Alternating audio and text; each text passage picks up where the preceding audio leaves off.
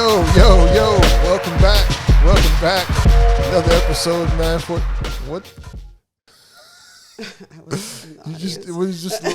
I was applauding. Is that how you applaud? That's not how you fucking applaud. I thought you were clapping your hands. You were I think in sign language that is like, I think maybe, but that's not. Anyway. That's not. Carry on. Ain't no fucking sign language. Oh my goodness. Okay, yeah, I'm sorry. Well, yeah, welcome to another episode of Channel 914. I'm your host, as always, Rail Allen, and I have my first, well, I shouldn't say my first repeat guest, because Nia's been on here 3 times. But you are my first adult repeat guest. I'm back. Miss Alicia Rankin. Greetings. Author, parent, fellow Mustang, somewhat cool person. You know the truth. But yeah, man. Now, so I brought Miss Rankin back on. I asked her to come on because I mean, you know, you're definitely one of my good friends, and we have conversations, not necessarily like deep conversations, but we talk a lot about our children. Mm-hmm. Our children are a big part of our lives, obviously, as with most parents. I mean, we'll talk about that. Yeah. Yes. Your lives tend to like revolve a little around your kids a lot. And there's just been a lot of stuff that I've been reading and seeing about. There's sort of a mental health crisis going on with kids, and I just want to not just have a conversation about that, but just kind of like our experiences with parents in this modern age, so to speak. Navigating a world that is very, very different than the one we grew up in, with all this technology and the challenges because we face, because we're with our children, we're facing this for the first time together. Right. Like, you know, like none of us we haven't had to like govern over like the use of like smart devices and social media before, and that obviously this is their first time coming, and this is like. They're living with it their whole lives. Right. You know what I'm saying? So, but neither of us are doctors or psychologists. Disclaimer. we have not not written. a mental health expert. No, we have not written any books on childhood development. I ain't took no classes. None. I really ain't read that much about that shit, to be quite Correct. honest with you. Same. We just have children. Singular. One child. One. Uno. Un is not a. You just trying to Lord have mercy. Sign language, Spanish. I know what I'm talking about. Who the fuck says un? Nobody says that. Oh my God! Did you take Spanish? Yeah, I took Spanish. Okay. Un is un a word? In the comments, if you want to answer, I know the answer already. I'm sure this is. We can do a quick Google right quick, but we're not going to do that. Go for. Oh, you want? We can. Oh, hold on. Okay. No, you know what? Nah. Since you want to pull my card, UN is the United Nations finna come out. Watch this. Up. United Nations. First of all, really, that's what you type in the search bar. Okay, hold on. I'm gonna put Spanish. All right, hold on.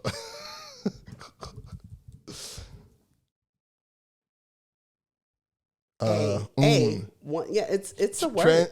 Translations of A child. No, that's not. Uno is also, but I'm a child. All right, I was wrong. So glad to have this documented. Well, but that's the thing. I can admit when I'm wrong. You know, not everybody can do that. That's a true statement. Yeah. Also, as a parent, sometimes you have to be able to admit when you're wrong and if you screw up. And I think that's something that we didn't really have as parents. Like there was no like I could say my parents, they were more sometimes. Mm-hmm. I do remember there'd be instances where like, you know, my father and my mother would be like, you know, I was wrong. Mm-hmm. But for the most part, like, no, it was just like you as children, you spoke when you were spoken to. That wasn't mine. I will say that a lot of my childhood, some of the specifics are just like also not there. But like just like large gaps of your childhood you don't remember? it's when it comes to very specific examples like that. Like I know that my mother and my father, and I'm thinking of my mother now. She could correct her ways if she knew she was wrong, or she could even, say no and then yes, or I could see that space of listening. I can't say that I remember hearing "I'm sorry." Right, per se, and I don't feel like I'm missing that either. Like I don't, like you don't feel like you need therapy about that, because all that to say, admitting you're wrong and actually saying you're sorry are like two slightly different things. Very different things, and people always say that changed behavior is the best apology. Correct. Right, because people can say they're sorry all the time, and not do shit to change, like what happened, just keep doing the same thing over and over again. But yeah, man, but it's I feel like a lot of the ways that we were raised, I guess we're more in a softer parenting era, so to speak, which is I think it has its benefits, and I also think it has so there's pros and cons to everything, right? I think soft parenting so I just reacted to it as well when you said it. I chuckled, but I think sometimes we think about it in extremes, right? Sometimes when people hear or criticize soft parenting, it's like they imagine somebody who's just like super soft, super lenient. Yeah, just let kids do whatever they want. There's no discipline. Right. And that's what I was, I think, laughing at. But we are softer with our kids in general. Absolutely, yeah. I mean, because well, for one, like, beatings are not encouraged. Beatings are not encouraged. where when we were kids, beatings were very much encouraged. Like, so that was pretty much the solution to anything. Like, are you acting up? You doing this? Or are you gonna get a beating? What I can say is they are not frowned upon in the same way. No. You know what I mean? No. You know what I'm trying to say. Yeah. And like, you know what I'm saying? Like, I didn't get like, I wasn't like abused as a child by any stretch of the imagination. But there is some. It wasn't off the table, and now it's kind of like off the table. I feel like things that happened to me that were commonplace that people wouldn't bat an eye at back then, if that were to happen now, it would be fucking like you'd go to jail. Like my mother used to make me go get a switch off the tree, and a lot of people, that shit happened to a lot of people. My great grandmother, not my mother, but my great grandmother definitely got me. Yeah, my mother would make me go off. We had a lot of trees in our backyard. You had to go pick your own switch. Yeah, that's you know what I'm insanity, saying, and watch her take the leaves off. You had to go get the pick out the instrument of your own demise. That is some talk about psychological. That's what I'm saying, psychological warfare. But it also wasn't like my mom was trying to manipulate me. This was just like her. She wasn't her mother, abusing you. No. This is the way her mother disciplined her. You know what I'm saying? And but I think now that society kind of frowns upon that, like most parents don't discipline their children in that way. So you think a different version of, like, it's the baby went out with the bathwater, essentially. Like, what do you mean when you say that? Some people, like, they trying to fix one thing and kind of mess it all up or throw it all away. Yeah, right? And so discipline is kind of like question mark. So I know I made I've never laid a finger on my child. That's never happened. Times where I wanted to, but no. I mean, but seriously, especially the teenage. Oh my God, variety. Yeah, man. For all of you who. Oh yeah. If you have a teenager, you understand, and if you don't have a teenager, you probably don't. And if you are a parent of a younger child, strap in, motherfucker. I feel like I need a T-shirt. There should have been a T-shirt. Like. Yeah, a support group or something. I mean, but it's also like but it's also a really cool age. It's cool to watch. Yeah, because this is when they really kind of blossom into like their own little their personality. Yeah, like they full always blown. had person, but they're settling in it in some way. Yeah, and exactly. That's kind of cool. But also exploring like new parts. They're like expanding their horizons a little bit. Expressing oneself. Yeah. Sometimes a little too much. Or not enough. Or not enough. Very, very, very extremes. The gamut. Yeah. But I never really, I never have laid a hand on my kid. And it was very much so I never really wanted to have to. You know what I'm saying? Because, and it's not to say that I feel like I'm scarred because I got whoopings. You know what I'm saying? Or anything like that when I was a kid, because I don't feel that way at all. I have a daughter. Yeah, you know what I'm saying? Very different. Yeah. So I don't even know, like, if I mean, I would really like to think that I wouldn't have laid a hand on my kid if I had a son, the same way.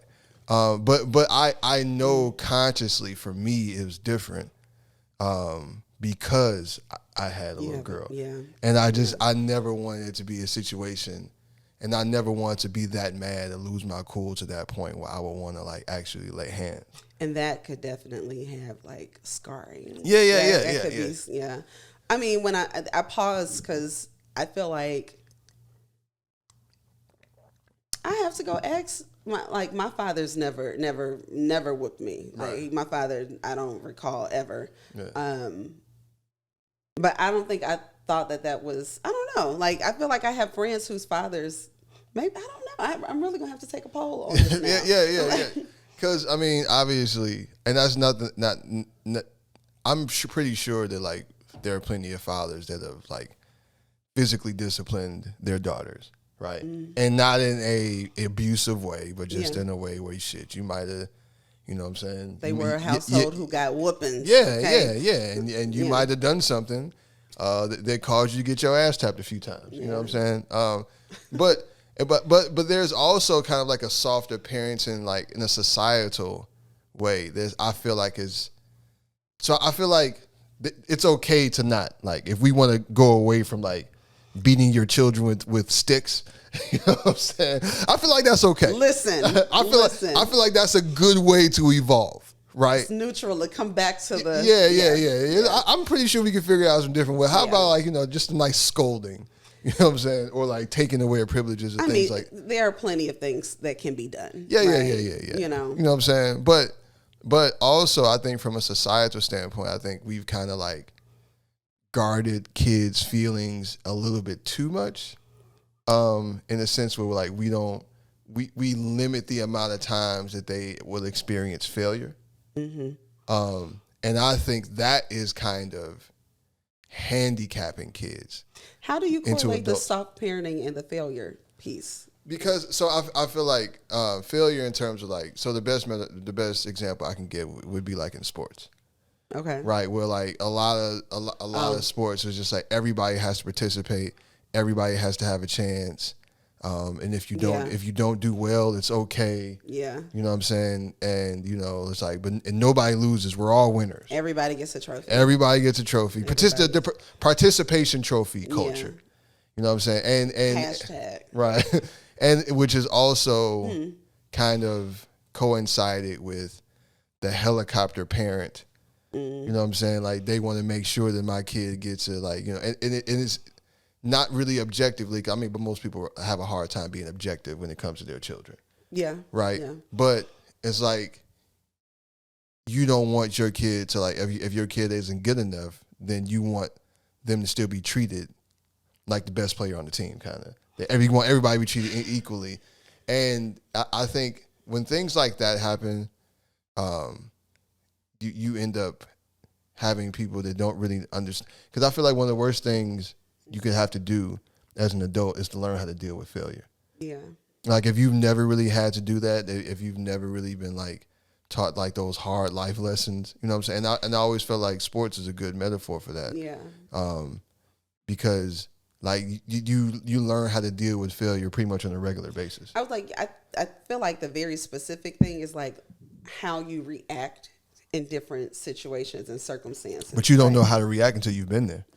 And so I'm like taking away that opportunity to experience the feeling to determine how you react or respond. And then that becomes applicable to a lot of other stuff. So like when you say, I'm like, you said soft parenting, I'm like, oh, soft parenting has resulted in like softer children. They're just generation. Like they're just, and my father and I were actually talking about this earlier, that the pros to it is that I do feel like there are many of them. We're making a lot of generalizations right now. Yeah, absolutely. Right. Absolutely, yeah. But like, I feel like, what generation is it? What are they called? What is it? Is it Z?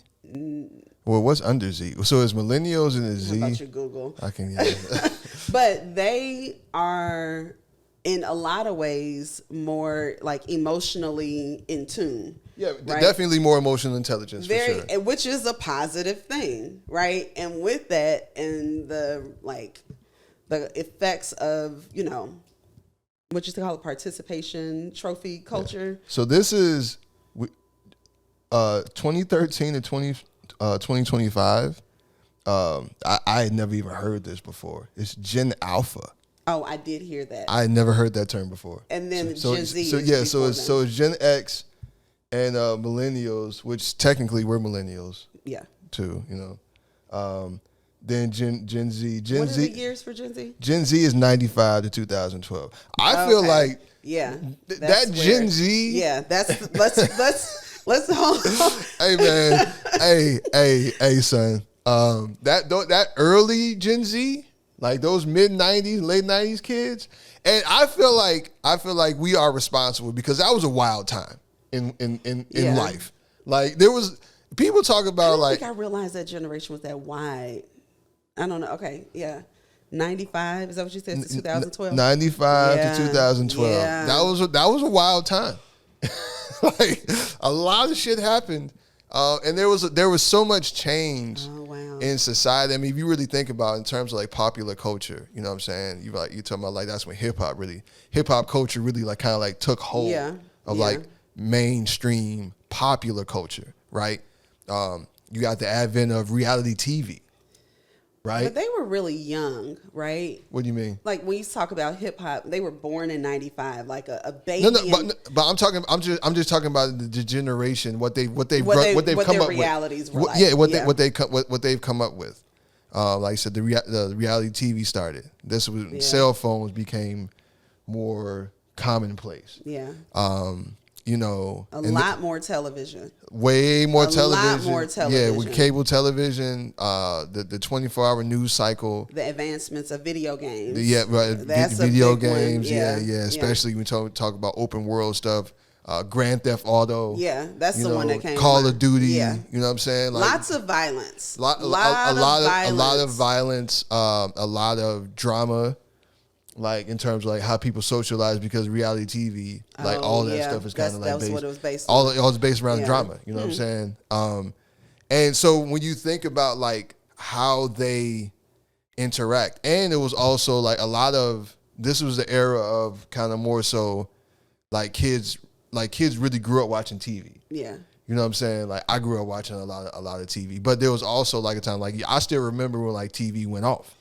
I think, too, a lot of these kids, there were a lot more of them raising themselves than previously, right? So if you think about the effects of like the drug epidemic in the 70s and 80s, so I was getting there. I was definitely getting there because like, so 70s like we were a lot of latchkey kids. Mm-hmm. You know what I'm saying? I feel like especially like those the old millennials, I guess you could say, the ones that were like really born on like the like in the early part of the 80s, like us, like us, like yes, yes. I'm like you're yes. I'm referring to myself, yes, and you, but yeah, that early part. So we were definitely latchkey kids, but we grew up. We were young enough when technology really started to change everything. Like once the internet became something that most people had access to in their homes, I feel like that's when the world really started to get smaller, and then you had like Google, all that stuff really started to change the way we did things. Everything. As a society. But So we still remember what life was like vividly before that. Right. You know what I'm saying? When there was no internet, when people didn't have cell phones. Right. You didn't walk. You didn't walk around with a cell phone. You had to you would have a phone on the wall, and it would be a cord attached to that shit. And don't be at home. You need to go find a quarter. Right. So I'll get into that because that actually plays into how my kid got her first cell phone. But we'll go into that later. But yeah, so there was just. And so we remember all of that, but we were still young enough when all of this technology really started to take a huge leap forward that we understand it. We still growing up with it, but we still remember what life was like without it. Gen Z, they don't know for real. Just like say if you were born in 1995, you don't really too much remember stuff before you were 5 or stuff, anything like that. Right. And really more so before you become like a 9, 10 into your preteen years. It's when you really have your most probably vivid memories, right? Mm-hmm. In terms of what growing up was like. So you're already talking about the early 2000s. Yeah. You know what I'm saying? Yeah. Facebook came out in 98. Not came out. Went public because before it was just for people that were in college. Right. And then in 2008 it went public to everybody, and there are a lot of studies that have been done that have shown that there has been a stark decline in terms of mental health and how people feel about themselves from 2012 on. Mm-hmm. Right, especially in the last 10 years or so. So I know what was this statistic? It said the share of U.S. teens. Well, so a lot of this has to do with how we socialize and how people talk to each other. Mm-hmm. So once social media and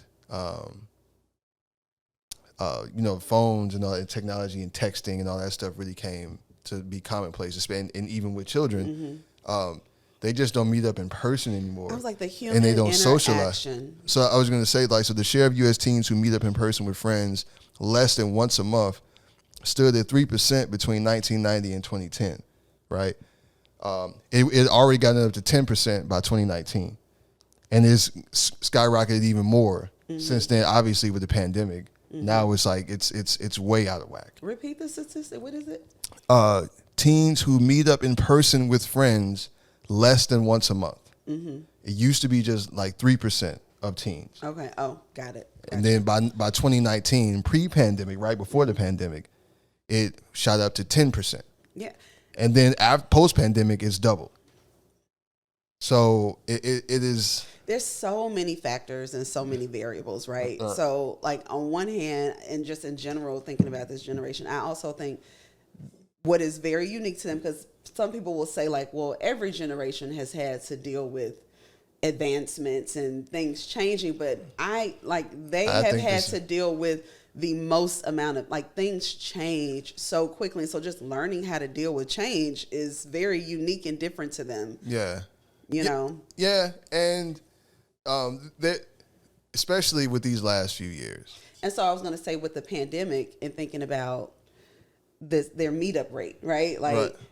The fact that they were home for so many years during school, right? That's a lot of your socialization and where they develop in a lot of, and these are very, not a professional, right? But these are very crucial years to their development in a lot of ways. And so to have that type of disruption or change, I could see how it would have that effect. They probably want to take a nap when they get home, right? Yeah. These kids are exhausted all the time. Yeah, yeah. They are exhausted. They have no energy to go outside and play. They seem tired. And I do feel in terms of academically, they're probably asked to do a lot more than we were. But I wanted to really focus on what it was like. So 2019 there's a reason why I wanted to use that as an example, because this stuff was happening before everybody was told, okay, you can't come outside. Okay. Right. It was already trending that way. Like I said, in the 1990 to 2010, in that 20-year span, that 3% more than tripled, went to 10, right? So it was already trending that way. And like you will see it. So it was, when you really think about it, and I don't want this to become like a, these kids don't know no better. You know what I'm saying? We were the best. You know what I'm saying? All that. No, but really just discussing like the differences, and how things were in terms of how things are now, right? And it really is. I'm trying to like, how should I put this? So, okay. You have, when we were kids, you didn't have any sort of cell phone, right? Like you said, if you weren't at home, you missed a call. Like I remember when caller ID came out, it was like, oh my God, you can actually see who called while you were gone. You know what I'm saying? It was a lot easier to lie and say, hey, I called you, you weren't there. You know what I'm saying? Like, so, but no, so if we wanted to find out where our friends were or anything like that, we had to go outside and literally go look for them. Correct. You know what I'm saying? You would walk to their door. Right, yeah. And if they weren't there, it's just like, well, shit, where they might be. Well, they might be here. Try the next block over. Yeah, they might be here. Well, they might be here at the park. You know what I'm saying? You riding your bike, you're going all over. And now they really, to even have to see your friends. Right. To have conversations with them. Like, you don't have to go anywhere. You don't have to go anywhere. You know what I'm saying? Like, you can, and so like FaceTime, people were FaceTiming before Zoom, right? Now, I mean, with Zoom, it's easy to do with a group, but like, like you can go see your friends, you can talk to them, you can text them, you have all this access. So it's like, why am I going to go see them? Yeah, it's weird. Yeah, but that's something that we couldn't imagine, but we also didn't have the option. Correct. Right. Correct. So we look at it. But we don't know if that we could have taken that same path had we been given the option. If it was more common then, but back then it was just like my mother used to make me leave out the house. Like it's nice outside. It's hot. You're not finna sit in here and watch TV all day. You know what I'm saying? Go do something. Get up and go do something. Right. And it's like I don't. And sometimes I feel bad because there are definitely days. A lot of days where like we just sitting around. They're just like, nah, we can't just. I mean, it's some of it is okay, right? And it's balance, right? Like, when Nintendo came out, or when you got, how old did you play video games when you were younger? Yeah, absolutely. Like, how old were you? What was your first like system? So our first system was an Atari 7800. But you weren't playing those games for long. But how long exactly? Yeah, because those are very simple games. So you might have played like Centipede or whatever, but we may have played it for like an hour or so, but we weren't playing those games. It just feels like balance, right? Yeah. Like there was the balance that existed then with human interaction and other things at my TV or video, whatever the case may be. But and my cousin was just saying this the other day, her son, they'll get together and play the video. Well, they'll like get online and play together. But she's like, why don't y'all just get together? But it's not so much an option. And I don't feel like kids necessarily live near their friends much either anymore. Well, the world has gotten smaller. And the thing is, like, they'll build whole separate communities online. Yeah. Like in terms of gaming, like some of your best friends online may be people that you never will meet or have met or will meet at all. They could be in other countries and other states. You know what I mean? So they're kind of like, so there's like, they want to interact in that world, in terms of, so like, and it really, but they're saying that there are correlations between like this, because there's something to be said about human interaction. Correct. And how like what it does for you in terms of your mental health. And so that is one of the statistics that people cite when they talk about the rise in depression and anxiety amongst teenagers in this generation. Yeah. And it has become a problem, and a lot of people are contributing it to social media and smartphones. There's actually a Republican representative in Utah by the name of, is there a state wider than Utah? got to be if there was like if you had like Wyoming is probably. Yeah, I guess Wyoming, Montana, all that area. The Dakotas. The Dakotas, Idaho. Yeah. Absolutely. That whole section of the country, you know what I'm saying? I've met a black person who was from Utah. Really? Which, it sounds very random, but also maybe shouldn't sound very random, but I can't say the same for Idaho or Wyoming or Montana. Only black man I ever seen in Utah was Karl Malone. And did he live there? Did he live there? Nah, he wasn't born. I think he was born like Oklahoma or something. Oh, okay. Yeah. So, not far off. Definitely way more black people in Oklahoma. Definitely way more black people. We've gotten way off, boy. Okay, let's come back. But no, so Representative Chris Stewart, a Republican in Utah, is trying to propose a law. He wants to make it illegal for social media platforms to provide access to children under 16.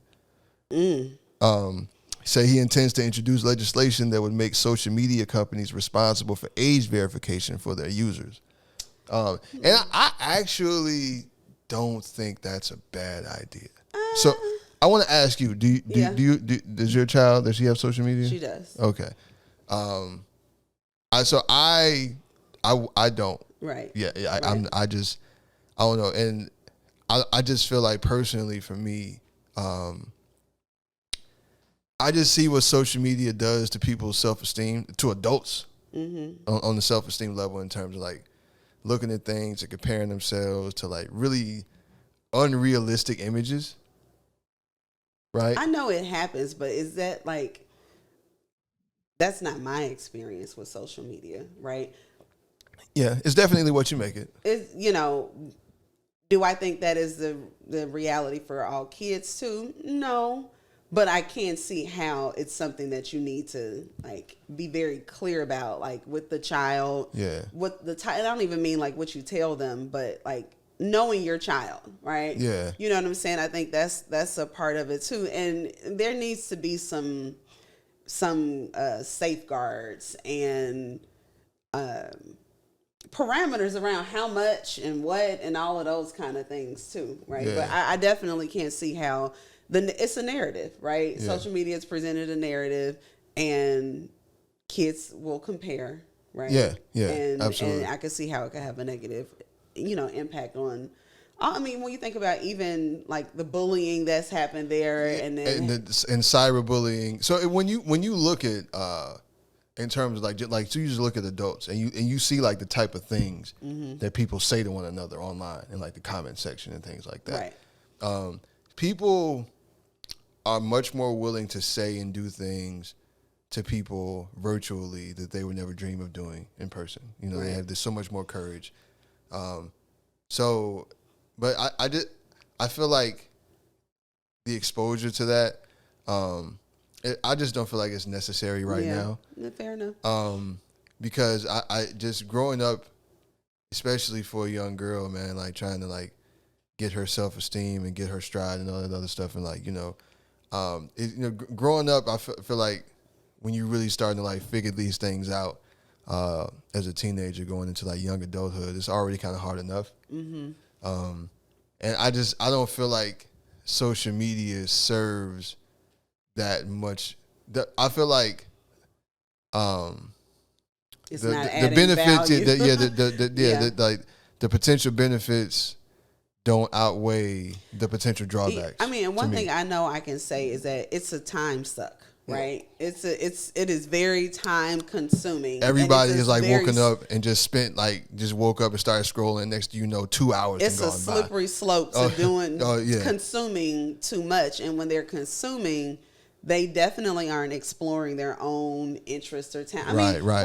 Well, I could say that to some extent. I guess it also provides access to things that could also help them discover some of those things too, right? Right. Yeah, absolutely. And and social media. So I don't allow her to have her own account.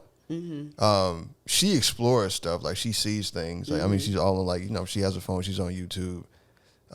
She does a lot of stuff on YouTube looking for stuff. I mean, being a musician, she like looks at stuff like that. She learns stuff she's learned how to play via YouTube. But that's what, like, I mean, I know I could take your example just to use it like that. Like, you have a really talented kid, right? You know what I mean? And could it? This is just a hypothesis. Oops, struggle. Hypothesis. Hypothesis. Like, would she have known or explored her interests as much if she had been consumed in just like, you know, scrolling on social media all day? All that to say, like, I feel like that is one of the things that we've lost. Like, kids, they're not outside, right? Whether it's discovering a physical aptitude or right. Athletic something, you know, or, you know, drawing or anything, like, they are not doing those things. They're just, it's just scrolling all day. It's the craziest thing to see, like, a group of them and they're all just sitting there in their devices, just scrolling, like not really talking to each other. I mean, you see that amongst adults too. Right? I was just gonna say, yeah, that's true amongst all people these days. But the difference between us and them, back to your earlier point, is like we are rooted in this like idea of human connection, right? It's there. That's not really gonna dissipate totally with us. Like, we still like to get together, you know. But you could see a world the way things are going now with like future generations where like they don't really they like the need for human connection kind of being completely going away.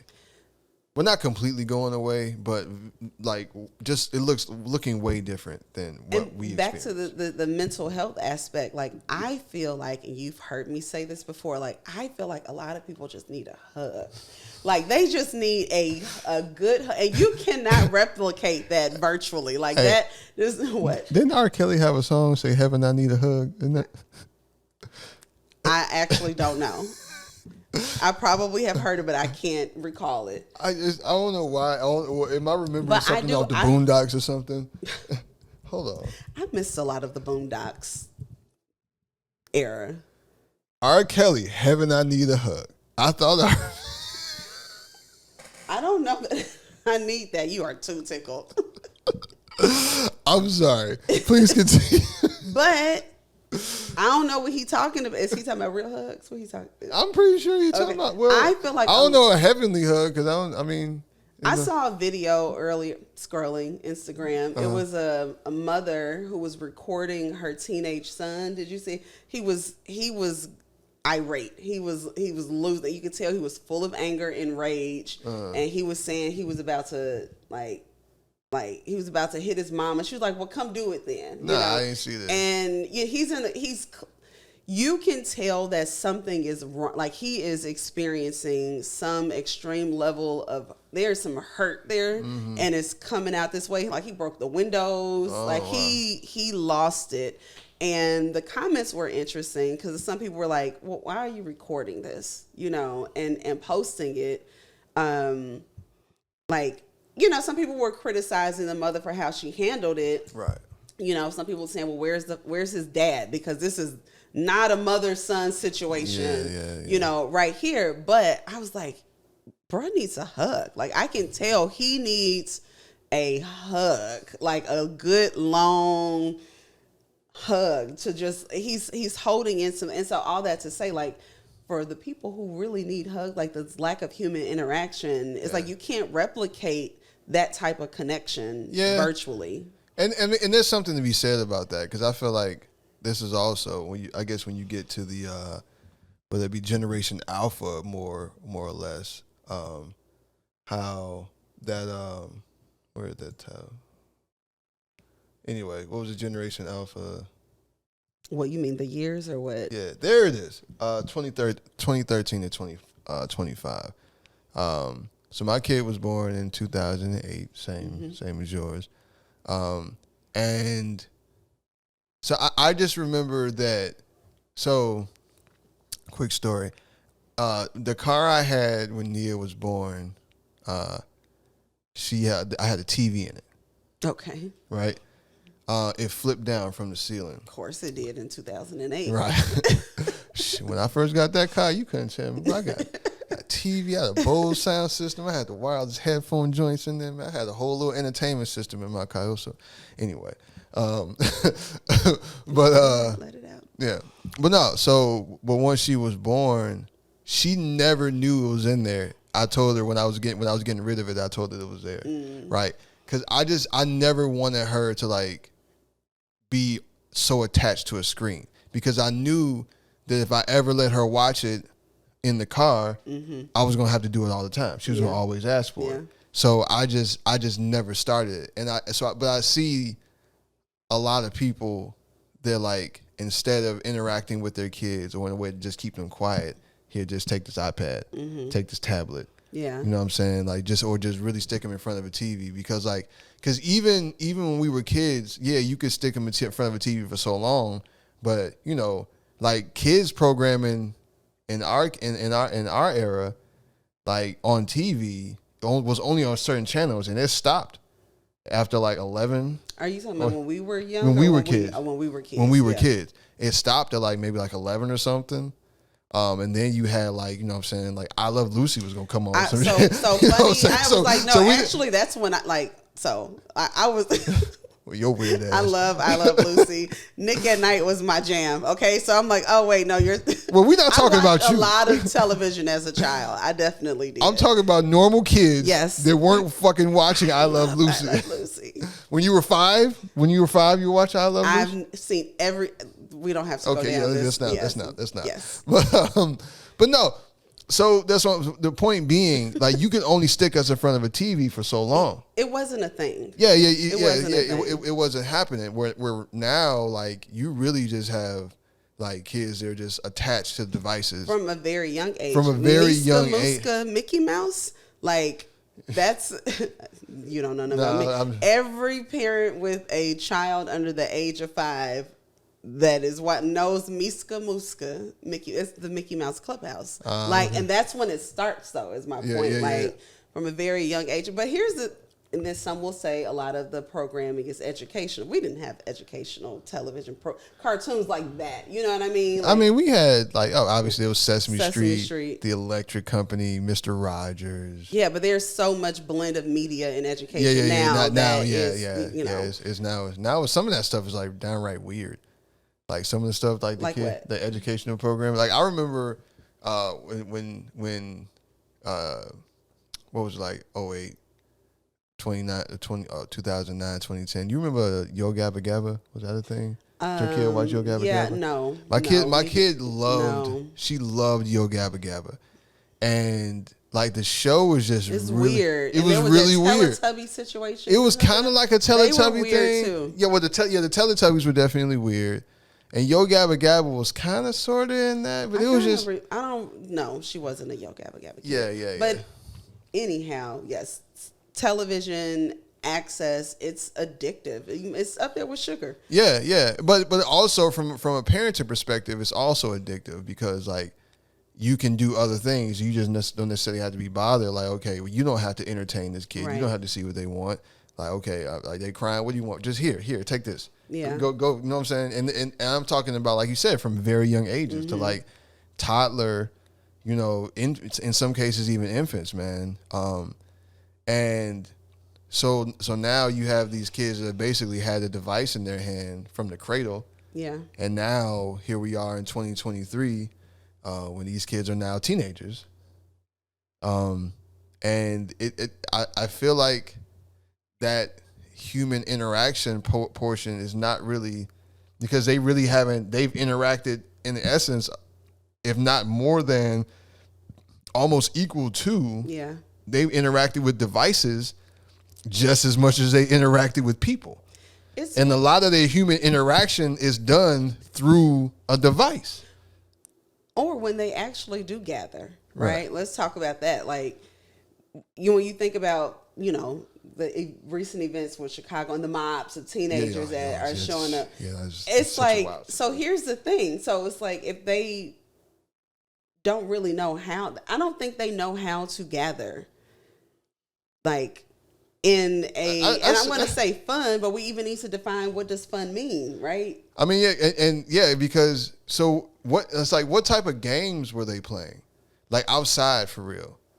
Like, what were they doing? Who? The kids. Like, these kids are teenagers now. Yeah. Like, So what did they grow up doing outside? Like, so I'm just no. to your point, because like, so like, do they really know how to like have fun? That's what, or what a good time is. You know what I'm saying? Or do they really? And because like we were talking about earlier, with social media and reality TV, all they ever really see is like drama and fighting, and a lot of what they look to for entertainment. Exactly. So they're kind of just, in a sense, acting out what they see, because it just happened again. Like I think I want to say it was in Tinley Park this past weekend in Tinley Park. Yeah, it's just like, there really is no rhyme or reason to it. It's just like a gang of them show up and just do wild shit and just break shit. You know what I'm saying? Just fight. You know what I'm saying? Terrorize the area. Crazy. It really is, and it's interesting, and it's also to see how people react to it. Because you have all your people that just throw them all in jail. This is a result of soft parenting. Yeah, this is what they say, right? Yeah, if you was beating your kid's ass, right, they wouldn't be out here. And you know what? Some of that may be true. Listen, I have agreed with a lot of what I've seen and read, right? And I think there's a combination of things, and that's like, whenever you try to make them a monolith, like they're all the same, that's never the case. There are so many different scenarios going on. Yeah, I feel like we have to find the middle ground, right? Yeah. So okay, so we kind of came from, there was no soft parenting for real when we were younger. I did not have a soft parent. Soft parenting was not a thing, right? Okay, so now we kind of in this soft parenting era, where like so much more attention was paid to like feelings and letting children have a voice. You know what I'm saying? Not so much that because I said so, which I do, but sometimes I said so is definitely an acceptable fucking answer. It can go so far, right? I was gonna say earlier, like, I grew up, my mother, like, she gave room. She gave room to speak and say the things. Yeah, my parents did too. It was to rare. A point, to a point, and then it was a point, and on occasion. And on occasion, this is not a regular thing. Like, nigga, this is not a democracy. You know what I'm saying? You know. But anyway, I feel like we as a society, we may have, because we came in from this era, like there was very hard parenting and a lot of trauma that and a lot of fucking trauma that resulted from that. Because the thing is, I feel like a lot of times with parents, the frustration of the day, you know what I'm saying, and sometimes your kid to do something, and sometimes you may have what you were punishing your kid for made the punishment didn't always fit the crime. And some of your own frustrations maybe could have come out in that, right? Which is very human. Yeah. But I've experienced that before. Yes. You know what I'm saying? But it's like, okay, I feel like, so we had this soft parenting thing going on for a while, and I think that there has to be somewhere in the middle between like beating the shit out of your kids as discipline and like, you know, having like the substitute teacher approach to parenting. You know what I'm saying? Like, we gotta meet somewhere in the middle.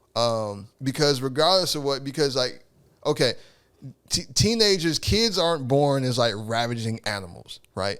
So what you brought up the thing with the flash mobs with the kids. Mm-hmm. While this is very unsettling behavior, very unsettling, right? Like, is because there's no rhyme or reason to it. Like gee, why are y'all doing rational this? One? Yeah, that's what I'm saying. Like, why are y'all doing this? You know what I'm saying?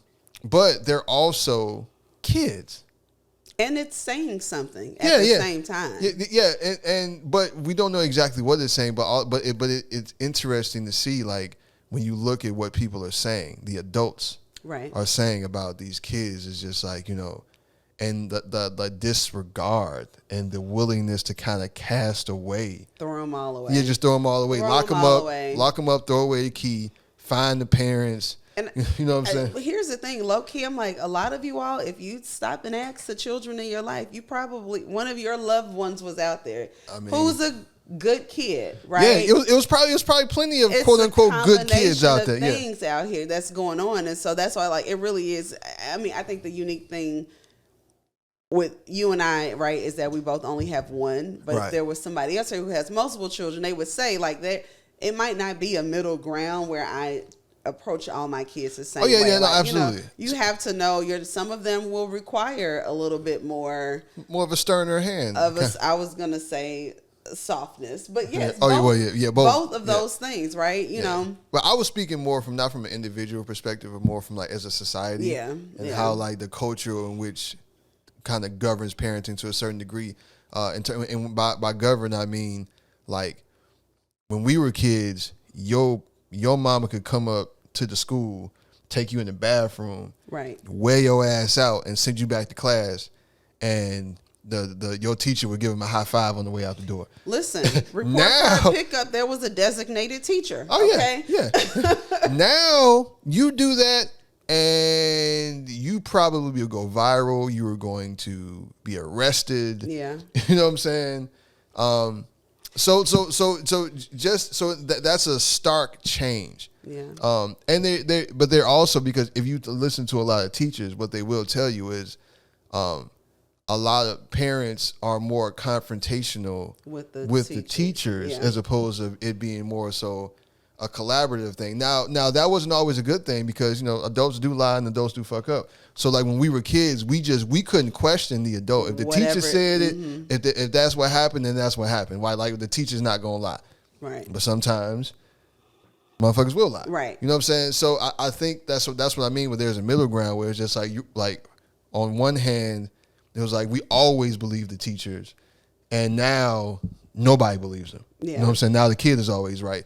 So that's what I mean. That's just another example where, like, man, if we could just find somewhere in the middle, because nobody's always right. Things are not always one way. I just think we really need to examine, because all of these are symptoms, right? Yeah. These kids with these flash mobs, all this data that's showing that kids are experiencing more depression, more anxiety, suicide rates have skyrocketed, amongst teenagers.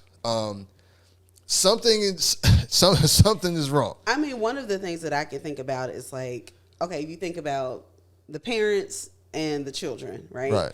There are a lot more people our age who don't have children today than there were 20 years ago, right? Yeah. And just from this like community aspect, like it sounds cliche-ish like this, it takes a village, but like everybody needs to be parenting these kids. Like everybody needs to have a role in these children's life because it's going to take a variety of approaches, right? Mm-hmm. Some are going to need love, some need and it's hard and it's a lot. And for parents too, because like, our parents didn't have to parent kids like us, like our kids, right? And so I've had that conversation. I'm like, it's very different. Like there's a lot more things at play to think about and consider with how you approach your child. And so for that reason too, like everybody needs to lend a helping hand. And there definitely was more of a sense of community in terms of like, but that was another thing that kind of kept you in check as a kid because, a random adult could check you. Right. You know what I'm saying? Would you stop like if you were driving down the street, have you ever seen, and if you haven't, would you intervene in something that you saw on the street with some kids? You know what? That's a good ass question because I would, if you had asked me a few years ago, I probably would have said yeah, but now I don't know because you just never know what might happen because things are so extreme now. And also it's just like you don't know what's going on. And me as an adult, like if let's just say I see some kids outside and that, the things like that I've seen in recently that I've kind of had to like my natural instinct is just to like you see some kids I was like a summer or two ago, some shorties out here, and I saw that they was about to jump this one shorty. Yeah. And they were really just like, you know what I'm saying? And I just said, hey man, leave him alone. Okay. You know what I'm saying? Just kind of like, so yeah, when it comes to stuff like that, yeah, I would. But like it definitely depends on the situation. Yeah, and like you definitely have to pause now. Yeah, because before it was just like like regardless of the situation, no, you see that shit, but like now it's just like, man, you really gotta judge that shit on a case by case basis because you just never know what people are capable of, right? And what they're gonna do. Authority doesn't hold the same. Kids don't these children, and I will say it's definitely our fault because this is the respect for authority, for certain authority figures, and for adults, reverence for your elders was something that was taught to us. Correct. You know what I'm saying? And I don't feel like it was taught to a lot of children because if you just look at the way that kids, I know it was a little while ago, it was that the video of the woman that ended up when we found out she didn't have any underwear on. Oh, excuse me. When she, I was like, the funny thing is, I never made it that far into the video. Yeah, I don't like to watch fighting videos, so I never made it that far into the video. But obviously, a lot of the conversation we turned to that, as opposed to what actually happened. But just when you see the way that children address adults, it's wild. Yeah, and it's wild. That's just no matter what the occasion. Like, and you may have had a few people here and there that would just like, be a little OC. But I feel like this is just way more like they don't like there's certain things you didn't want to cuss around adults. Right. You didn't want to say it didn't matter if you didn't know them or not. Mm-hmm. Now they really just it doesn't, that idea, it's not like they just have this disregard. Mm-hmm. They just don't know. And at least that's what it seems like to me. And I know some people will respond and say like, adults have done some really effed up things, right? Absolutely. It's some really trifling adult, and yes, there are. Absolutely. But I don't feel like overwhelmingly that is why this behavior is okay. You know what I mean? Like, It's pretty wild. I mean, I'm talking about, even you talked about cursing or whatever, like showing up, like walking into your grandma's house smelling like weed. Like, what? What? Like there is such a disregard. It was definitely I would never. Yeah, nah. We definitely used to have to air out. You hear that? You would have to take. The point is that you would think about these. Oh yeah. It was definitely. You would make the appropriate adjustments. You would at least try to make sure that you didn't come back in the crib or go there like smelling like whatever, you know what I'm saying? I mean, for whatever it is with old people, like there was a thought process. Absolutely. That does not seem to be taken into consideration. No. And I don't know how much social media I know social media plays a big role in like these flash mobs because this is where they're all organized. Correct. So, I mean, I don't know if restricting access to social media to certain age groups would help that, because I feel like a lot of it, and maybe not with those, I feel like a lot of these kids are above 16 because they're driving, they're getting there, you know what I'm saying? But I don't know if like their whole integration into that world maybe it'd be a little different if they hadn't been doing it from so young. So when did you get your kid a phone? So she got a phone pretty early. Because of her grandmother. Grandmother just decided, they just do what they want to do. She was young. I don't remember. She was either 8 or 10. It was very young. And I was like, got it and presented it. And I was like, oh. Oh, didn't he run it by you? No. Nope, and nope. So I can't remember the year, but I remember I had an age and a time in mind that I thought it was going to be okay. And it was like at least 2 more years or something. I think she might have been 10. And I was like, okay, I can't remember exactly, but that's how she got her first phone. Yeah. Okay. Mm-hmm. Well, my kid, she got hers at like 10. Mm-hmm. I think she was 10 years old. So what happened was, because I was holding out. It's crazy because like, that expectation for like kids to have phones so early was kind of always wild to me. But so I was just always like, just because. Yeah, I mean, no, not just that, because I would just ask her like, why you need a phone? Mm-hmm. anywhere you go, you with somebody that has a phone.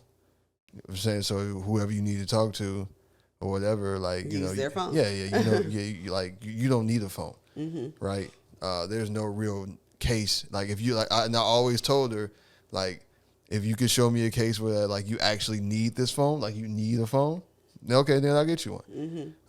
I used to tell her mom the same thing, like, nah, it's just that she don't need one. So lo and behold, one day, and I alluded to this earlier in terms of like payphones. So lo and behold, one day, she was she was on her way home from school, and she got there a little bit early, and her grandmother used to be there, to let her in, watch her until her mom got home, and so her mom, her grandmother went to the store, and so Nia got there a little bit early, so her grandmother was not there, so. And they don't live that far away, so Nia just decides, okay, well, she must be at home, so I'm just gonna walk there. So of course Nia walks there, and nobody's home. Nobody's there. so now she's just out there stuck. This is like the equivalent of not being picked up from school. Yeah. So right, so back in our day, we could go to a payphone. The olden days. The olden days. Says. we could go to a payphone and call somebody. There are no payphones now. You know what I'm saying? You can't just go somewhere like, hey, can I use the phone? Or like just try to get change. Yeah. Make a collect call. Right. You know what I'm saying? Like there was none of that. So, of course, then that was the example. Well, if I had a phone, I was like, oh shit, you got me. Got her phone. So she got a phone. Shortly thereafter for Christmas, I bought her a phone.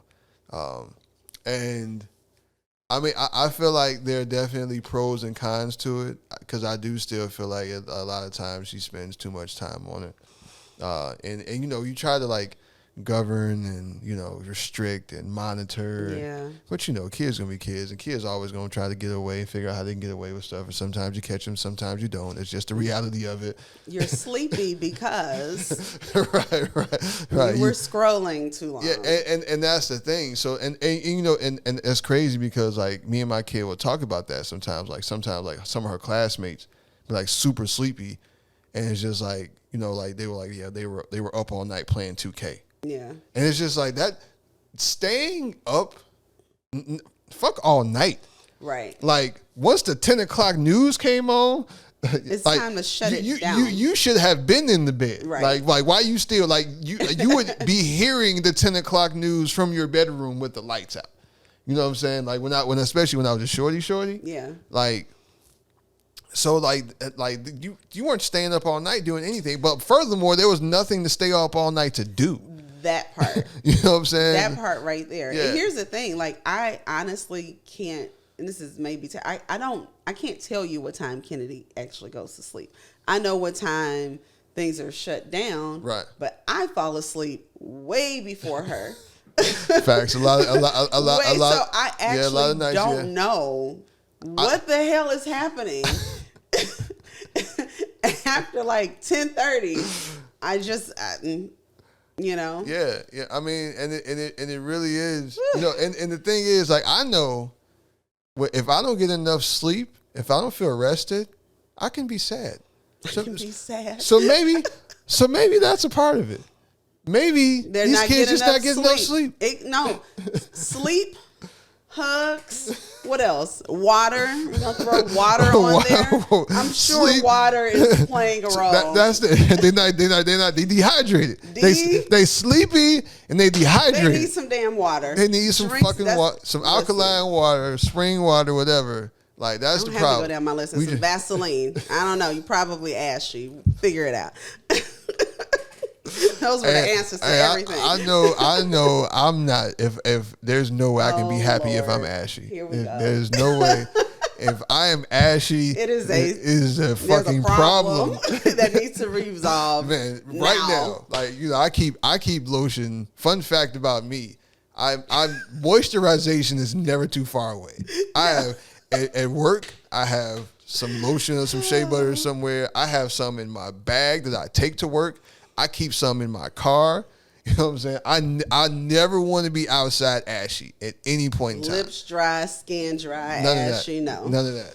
Nah, man. You got you got to Fun stay fact. moisturized. Fun fact. You know, but I feel like you're happy because it's like, how you gonna be happy? You look down, You can't and be. you see, yeah, that's what I'm can't saying. You look be. down, and your hands is ashy and all just looking beat up, like you was just like They're you were like thirsty. like you a mechanic or some shit. You just got finished changing the oil, but you really haven't. You know what I'm saying? Like Those are the signs of a rough life. Okay, it is. And It is. It is. Yeah. Yes. So I feel like we might be on to something, man. You know, the kids need Vaseline, shea butter. They need hugs. Water. They need water, and We just start there. Yeah. Let's just and sleep. and Take y'all ass to bed. sleep. Yeah. That's But so funny. Listen. I feel like believe- we've just solved everything. I feel like we just figured it out right here, just amongst ourselves. So but yeah, man. But in all seriousness, man, it is. I do feel like we really need to examine, like, for us as parents, individually and collectively, Yeah. like what we are doing with our children, how we interact with them. Love on these kids. Yeah. They need to be loved on. Right, and really like interact with your children. You know what I'm saying? Like have conversations. Ask some questions. Yeah, or just like hang out with them. You know what I'm Yeah. saying? Like just sit around and like watch movies and stuff like that. Like, and I know like a lot of parents do that, and I'm not sitting here like We're making generalizations. definitely Yeah. making some generalizations. But I just sometimes when you see like when you look at those things, what kids are doing, especially like you were talking about with those flash mobs, it just looks like there's just so much rage. Yeah. You know what I'm saying? And I don't know why Yeah. these kids are so angry. I know but you see it. It's not just the kids, man. And I feel like kids only mimicking what they see because people are angry. Like I said, you look at those comment sections. Yes. And when you look at what people say to each other and the things that they put on social Yeah. media, on the internet, man, like it is, people have gotten so unhinged, and there's there's no humanity Yeah. in the way people interact. You know what Or I'm saying? sadness, right? Yeah, like, no even empathy. thinking about like not the kids who are enraged, but they're just some really sad kids. And Yeah. often, and it's not about resources or parents not being home. These are kids who are living in great households. Yeah. What you would think would be a great life. Exactly. Yeah. But there's some disconnect and there's sadness. Yeah. And when you talk about like getting together and just asking questions and just hanging, like I think that could help both the enraged and the sad. Yeah. You know? Yeah. You know, but and I mean, I just I don't know exactly what the answers are. I know we just sat there and gave all these, but like in all seriousness, man, I mean, we don't know. Like we said before, man, we're not doctors, we're not psychologists. We haven't written books or done any studies for real. This is just like real world experience and observations that we've seen and gone through ourselves. But it is something that it's undeniable that we see, and the numbers are what they are. Yeah. And the fact of the matter is that the depression and anxiety amongst teenagers has risen to astronomical levels in the past decade or so. And they're our future. Like, Yeah, and that's see that's the thing. It's just like when people want to talk so bad about these kids, it was just like, yo, like, Yeah. they literally are our future. I feel like, didn't we end our last podcast? We did. That was with the Randy Watson version, though. Yes. But no, it's real. No, it is, and we got to depend on them because the thing is, so if we lock them all, if we just do away with them all, then like, what the fuck do we do? You know, like, I just, man, we really, and I honestly feel like, because there was a gap in between us and our parents' generation in a lot of ways. Yeah. With us not necessarily listening to each other, especially when it came to like we talked about earlier with the advent of hip hop and the movement forward of that culture. Yeah. there was a lot of chastising from the elders. They didn't understand. They didn't understand it. What are you doing? Yeah, like why you got to curse so much and all that. But, And go ahead. I was gonna say, and to some degree, some of that stuff they were right about. The violence. The violence. Was a seed. Yeah. It was a seed. It was, and that's another conversation, I think, and we're not gonna go too deep into that. Yeah. That we gotta have as a community, man, about what we consider to be art and what we're doing with that. At this point in time, like, okay, like we've this culture that we've created has done a lot for a lot of people, but it's been to our own detriment in a lot of ways. In terms of how we normalize, we really have normalized violence. I mean, in relationships and in so many aspects. It's violence and drama, man. Yeah. We've really normalized that. And the music and all the forms of entertainment, we really, there's so much of it. So it's kind of like you almost can't blame a lot of these kids for acting the way they do sometimes. We know how we got here. Yeah. Because, I mean, you just kind of follow the breadcrumbs, right? It kind of like, the breadcrumbs lead to this, in a sense. But those are always two tough things, right? It's like how we got here, and then what do we do about it? And you kind of have to compartmalize those conversations. Absolutely. Because the thing is, like, you know, when a lot of that stuff, you know, when you talk about, I mean, because I still listen to, you know, shit. I mean, shit. One of my favorite top 5 rappers of all time is Pimp C, and wasn't too many people more vulgar than him.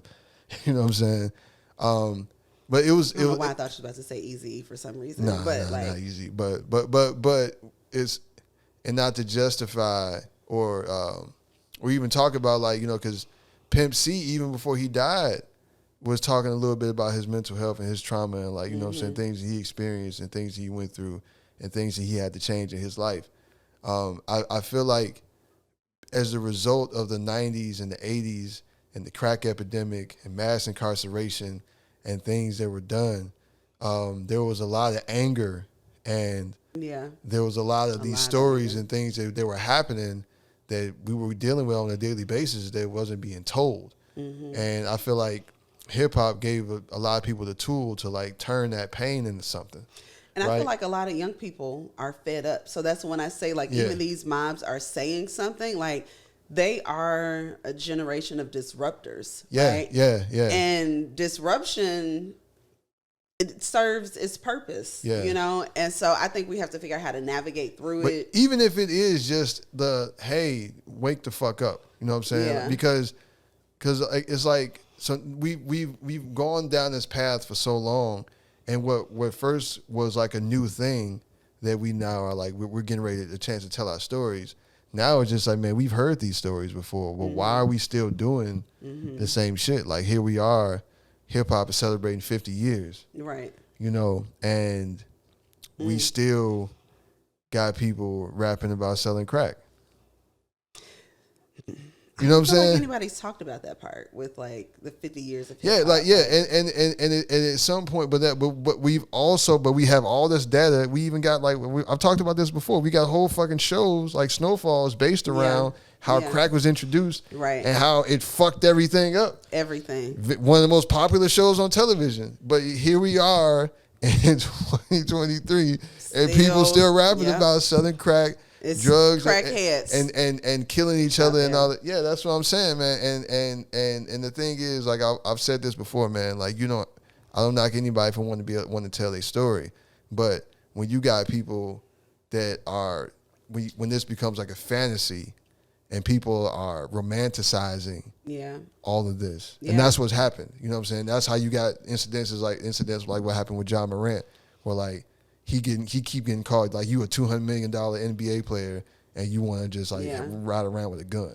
You know what I'm saying? Like, but it's that they romanticize that life. You know what I'm saying? And not to go too far down into this, right? Because we definitely have. But, like, the prom send-offs, right? The prom send-offs that are extravagant. They are. This shit is wild. It's like, wow, this is deep. Yeah. Like, this is some deep stuff. And, you know, there are mixed opinions about that, right? It's like, you know, nobody talks about the others when they have, you know, the bar mitzvahs for their kids. Yo, if there was no social media that would not be happening. People would not be doing this shit I because wholeheartedly agree. This is just these extravagant ass prom send-offs are just as much for the parents and the people that are putting these shits on as it is for these kids. Yeah. They want to stunt and they want to show off just as much as these kids do. They want to go viral. You know what I'm saying? They a want lot to of be the kids I've talked to don't even want to go to prom. Okay, so that's how you know. Like I'm like, this is wild. Yeah. And so in terms of like fantasizing, romanticizing things, it's like this is a lot of money. I'm not saying what's good or bad. I'm just saying it's a lot of money being spent. I don't count anybody's money for them. Right. But shit. I mean, and then so a lot of the comments were like, okay, this is very nice, but like, you know, the lawn don't even look like it's been cut. And like, see, you know, like, and I feel like I'm judging sometimes, but it's just like you can't help but wonder, like, okay, this doesn't look like the type of area, the environment where people could typically afford to do things like this. You deduced, yeah, you know what I'm saying, like ain't nobody over here driving a Phantom, you know what I mean? And so, and the thing is, man, you know, there's that argument like, okay, they want to do it. They want to do something nice for their kids. It's a big occasion. And that's great. But I just, a lot of me personally, I don't really believe that this is all for the children. I don't believe that it's contained to prom. No. Is my thing. Like it's definitely a symptom. Yeah, for sure. It's setting a tone for, like, there's probably, overindulgences in other ways, and this is just one version of it. But so one could argue, man, for real, that like I think the focus has been on kids and their mental health as a result of like internet and social media, but the data probably looks the same for adults.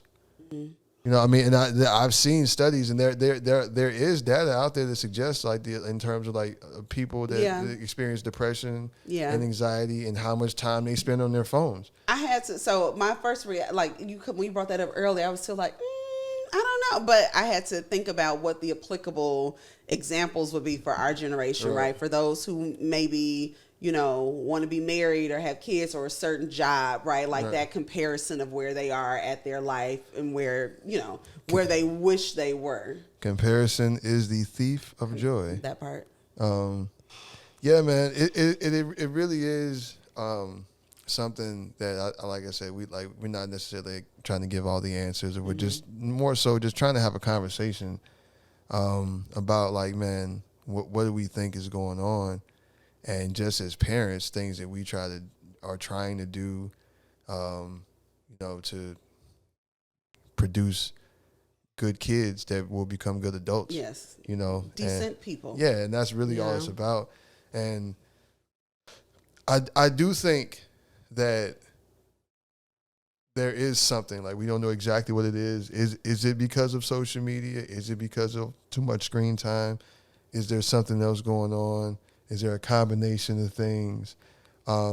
We don't know, but what we do know is there's something. There's something happening, and there's something that, you know, kids are dealing with that we didn't necessarily deal with before. Right. A lot of people argue with that just because a lot of it is because there's just more of an emphasis placed on mental health. So the numbers are they're going up because they're just being asked about it. Before, it's just not something that was really even asked about. And I don't know necessarily think, I mean, that could play a small role in it, but I don't necessarily. But the reality is still that you have a substantial number of individuals. Absolutely. Right. So I just feel like these are conversations that need to be had. We parents, man, we need to talk to each other. We need to talk to our kids. Yeah, the talking to each other is a good one. Yeah, definitely having more conversations openly, man, about like what we do with our kids, our struggles with parenting. You know, without outing your kids, right? Yeah, exactly. Yeah, but really just, you know what I'm saying, like, you know, without having to give like, my kid did this and my kid, like, we're not exposing like your kid's deepest, darkest secrets, but man, just really just, just talking about like Each what's one going on. teach one. Yeah. Okay? And like you were talking about earlier, man, being more of a village when it comes to Yeah. parents and not just like everybody being the island to themselves and everybody dealing with their kids the way they, what I'm saying, however they see fit. So yeah, man, we got a long way to go. I feel like, but I don't feel like it's past the point of no return or anything like that. I'm never hopeless. Yeah, Never. yeah. No, it's Never. it's just a different time. But we gotta love on these kids, man. And as parents, we just gotta do our job and try our best to combat. Aunties and uncles and cousins and neighbors and sisters and brothers, everybody, man. The kids you on the bus stop with all the time. Yeah, whatever. Yeah, you know what I'm saying? Like, and don't be afraid of these kids, man. Like, it's they want it. Yeah. They want it. Yeah. So, all right. Well, I appreciate with this. We could go on forever about this, but this parenting thing is something. Spread love. Yes. Spread love. Give a hug. Yeah, man. Hug a child. Hug today. a child. Hug a child. And give them some Vaseline and some water. Yes. And ask them how many hours did they sleep last night. Take your ass to bed. Would you like to take a nap? Oh, nap? Oh, yes. Yes. Listen, I got excited about that. I got excited. Hey, man. And naps are the shit. Shit, especially you get to be 40 years old. Shit. Naps be your best friend. And on that note, thank you guys for watching, liking. It's applause. What the fuck is it's that? Applause in sign language. Would you like to Google it? No, we're not gonna Google that right now. You've already proven me wrong enough. I don't want to be wrong again. but yeah, man. To everybody that watches, I want to say thank you. There's so much content out there, so many other things you can watch. So if you ever take the time to view mine, I just never want to take that for granted. I always want to say thank you, and continue to like, subscribe, share. Tell all your friends and your people about it. And yeah, man. Until next time, peace out. Namaste.